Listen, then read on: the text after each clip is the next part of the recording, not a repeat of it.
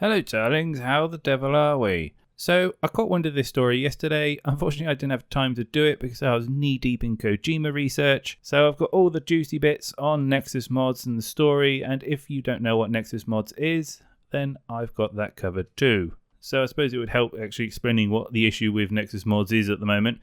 Well, basically they announced that they're not going to allow authors to delete the mod files anymore. And to explain that further, I guess we got to explain what Nexus Mods are.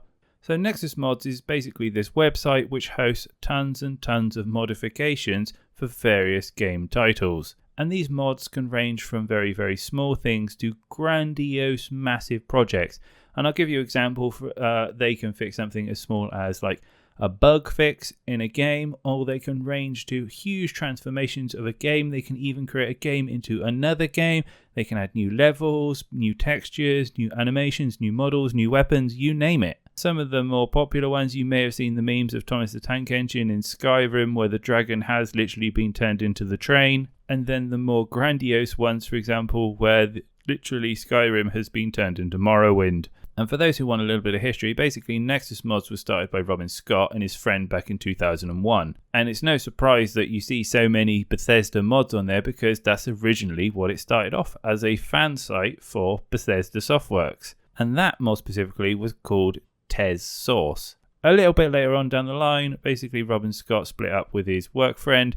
He decided to go and make Tez Nexus. I think the original dispute was over finance, but I think you can read about it on the wiki. And yeah, it basically just evolved from there. And now in 2021, we've ended up with Nexus Mods, and the site gets a reported 26 million people a year, which when you think about it is absolutely bonkers. And as you can see, they've got quite the community support. I mean, I think they are the #1 Uno modding site on the internet. I think they even ranked on the Alexa rankings in the top. It was like just under the top 1,000 websites. So a huge infrastructure.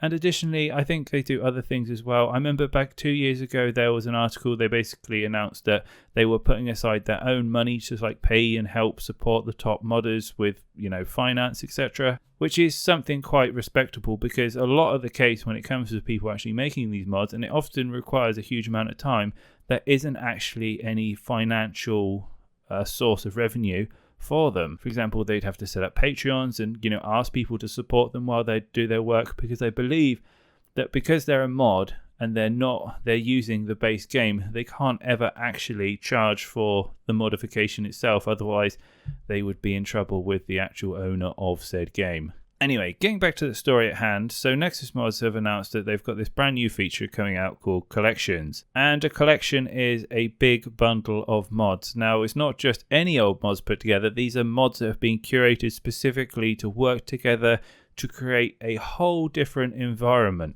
And if you want an example of this in the current world, then you look at Minecraft, for example. There's Sky Factory, which is a whole bundle of different mods, including its own source.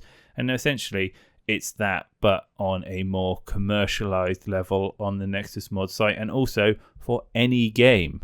So one of the caveats with collections is that if you happen to delete one of these mods, or someone doesn't want it around anymore, then your collection may come tumbling down like a tower of cards. So Nexus Mods have basically said, we don't want this to happen, so what we're going to do is we're no longer allowing people to delete their mods. Instead, if you go to delete them, then they will be archived. This way, when a collection gets called down, the file will still come with it. However, you won't be able to directly access it from the mod's original source. So as you can imagine, this has now caused a little bit of a concern, because people feel like they no longer have control over their mods, and ultimately feel like they should have the say whether or not they want a project to live or die. So this has been met with some toing and froing. Personally, from what I've read on the Reddit, there has been a lot of good feedback. People love the idea that now you can just have a one-click install and you can get all the mods done for you, and that complicated packaging and balancing and versioning, etc. is done by someone else.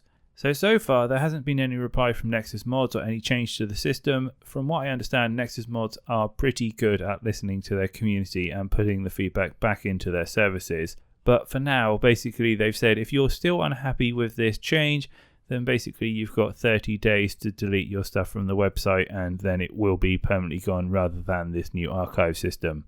But yeah, lots of exciting stuff from the modded community. I'm certainly looking forward to looking at collections, as I do like using them on Skyrim, as it seems to be a game you just are able to play 10 times over in 10 different ways with the amount of mods out there now. But as always, I'd love to hear your thoughts. Let me know in the comments below. But more importantly, as always, stay healthy, stay safe, and I'll be back with more news soon.